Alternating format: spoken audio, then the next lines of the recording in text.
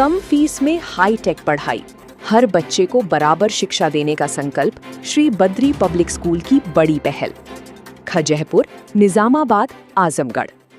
आज के समय में जहां अच्छी शिक्षा अक्सर महंगी होती जा रही है, वहीं खजहपुर स्थित श्री बद्री पब्लिक स्कूल ने एक सराहनीय और प्रेरणादायक पहल करते हुए ये साबित कर दिया है कि गुणवत्तापूर्ण शिक्षा सिर्फ अमीरों का अधिकार नहीं, बल्कि हर बच्चे का हक है।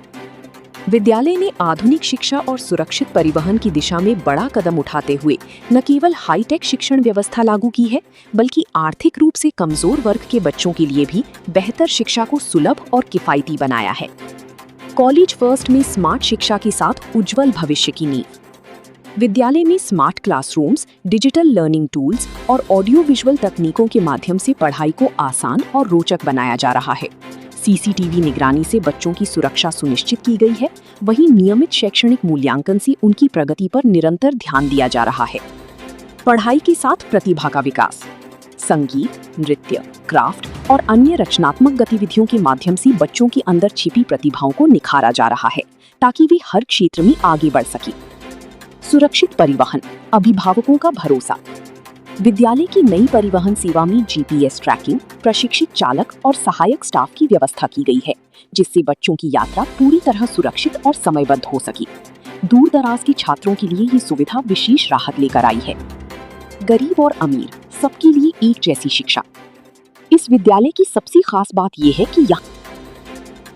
सर, अपना परिचय एक बार दीजिएगा हमारे। संदीप सिंह यादव है। मैं बद्री पब्लिक स्कूल खजहपुर निजामाबाद आजमगढ़ का प्रतिनिधि।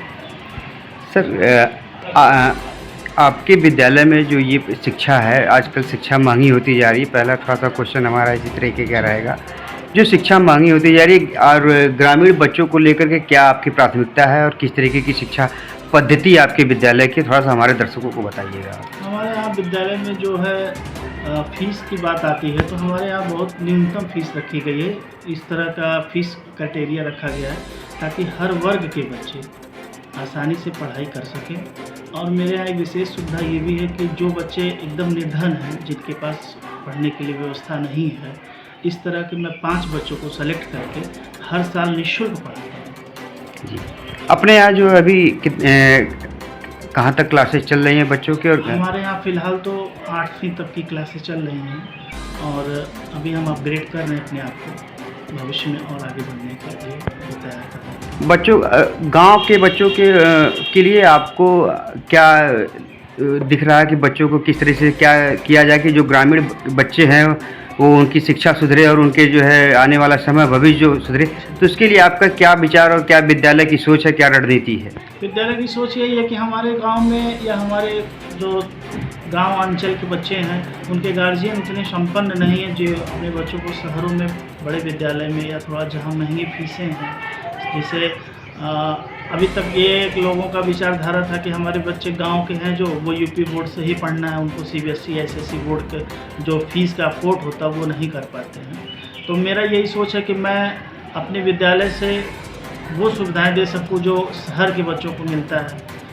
उस तरह का लाइब्रेरी, उस तरह का वातावरण, उस तरह की प्रयोगशाला या विद्यालय का जो कैंपस है, अभी तक तो मेरा यही प्रयास रहा है कि जो शहरों में सुविधाएं मिलती हैं वो मैं अपने गांव के बच्चों को भी यहीं गांव में ही उपलब्ध करा सकूं।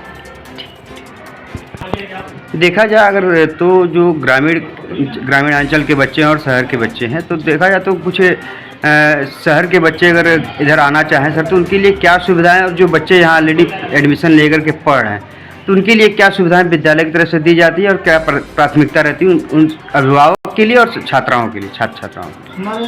हमारे यहाँ जो भी छात्र पढ़ते हैं या जो पढ़ना चाहते हैं, उनके लिए उनके दरवाजे तक हमने ट्रांसपोर्ट की व्यवस्था कर रखी है। जैसी सुविधाएं होती हैं, जैसे गांव के कुछ अंदर से बच्चे आते हैं तो उनके लिए छोटे वाहन रखे गए हैं। जो बच्चे दूर से आते हैं या मेन रोड से आते हैं तो उनके लिए हमने बड़े वाहन रखे हैं।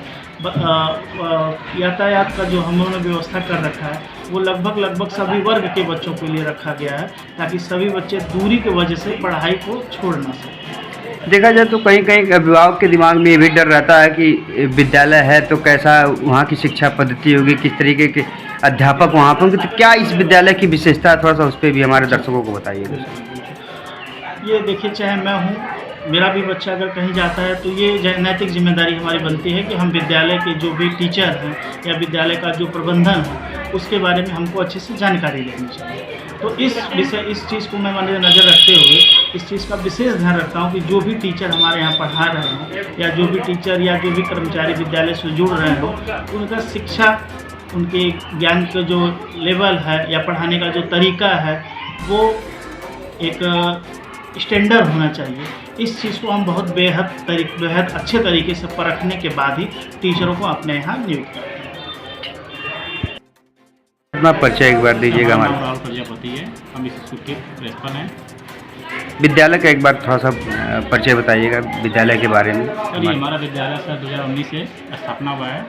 तब से हमारे यहाँ बच्चे कंटिन्यू बच्चे हमारे हर साल लगभग 10-20 बच्चे एक्स्ट्रा पढ़ते हैं। प्रेजेंट टाइम हमारे यहाँ तक 400 बच्चे हैं और यहाँ पर अच्छी पढ़ाई और अच्छे टीचर और अच्छी व्यवस्था मतलब देते हैं। कम समय में अच्छी व्यवस्था में यहाँ पर करवा रहे हैं बच्चों को। बच्चों के लिए पिछले वर्ष की भांति और इस वर्ष में आपको क्या देखने को अंतर मिला है? क्या आपको बदलाव नज़र आया है बच्चों में और अभिभावकों में और विद्यालय के प्रति? ठीक है सर, हमारा लक्ष्य यही है कि हम हर साल बच्चों को कुछ नए बच्चों को हमारे यहाँ आएँ और बच्चों को हमेशा हर साल अच्छे बच्चों को अच्छी क्वालिटी देकर अच्छा चीज़ देकर हम लोग बच्चों को आगे बढ़ाते हैं। और हमारे यहाँ हर साल नए बच्चे 25-30 बच्चे 100 बच्चे डेली हमारे हर साल बच्चे यहाँ आते हैं। हमारे यहाँ बिना हम लोग प्रचार नहीं करते, फिर हमारे बच्चे यहाँ हर साल बच्चे हमारे यहाँ आते रहते हैं।